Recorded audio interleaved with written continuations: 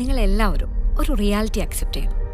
പോലീസിനും ഈ സൊസൈറ്റിയിലെ നല്ലൊരു ശതമാനം ആളുകൾക്കും ഈ കേസിന്റെ സത്യാവസ്ഥ എന്താണെന്ന് നന്നായിട്ട് അറിയാം.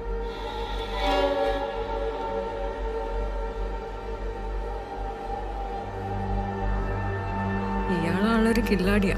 ചുമ്മാതാണോ പോലീസുകാർ പോലും ചൊല്ലു പറഞ്ഞ? ജോർജോട്ടി തന്നെയല്ലേ പറഞ്ഞത്, പ്രശ്നങ്ങളൊക്കെ തീർന്നു, ഇനി പേടിക്കാനൊന്നുമില്ലെന്ന്.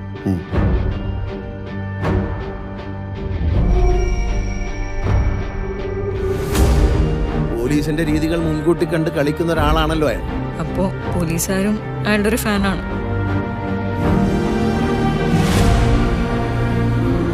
പിന്നെ ആ ജോർജ് കുട്ടി ആളൊരു കുറുക്കനാണ്.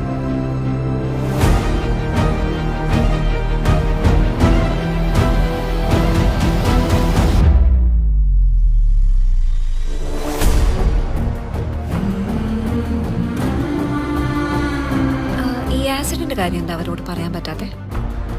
അവരെ രക്ഷിക്കാനാണെങ്കിലും ഞാൻ ഈ ചെയ്ത കാര്യങ്ങളൊക്കെ കാണുമ്പോൾ അവരുടെ അച്ഛനൊരു ക്രിമിനലാണ് എന്നൊരു തോന്നലുണ്ടായാൽ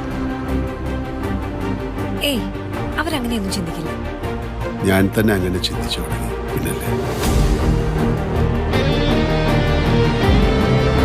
സർ, ഇപ്പോഴല്ല നമ്മുടെ പ്രസക്തി. മീഡിയ ഇൻവെസ്റ്റിഗേഷനിലൂടെ ജീവൻ വെച്ച് തെളിയിക്കപ്പെട്ട എന്തോരം കേസുകളുണ്ട് സർ. അവരാരാണെന്ന് മനസ്സിലാക്കാൻ എന്തെങ്കിലും സൂചന തരാൻ പറ്റുമോ? I want his full file on my desk as soon as possible.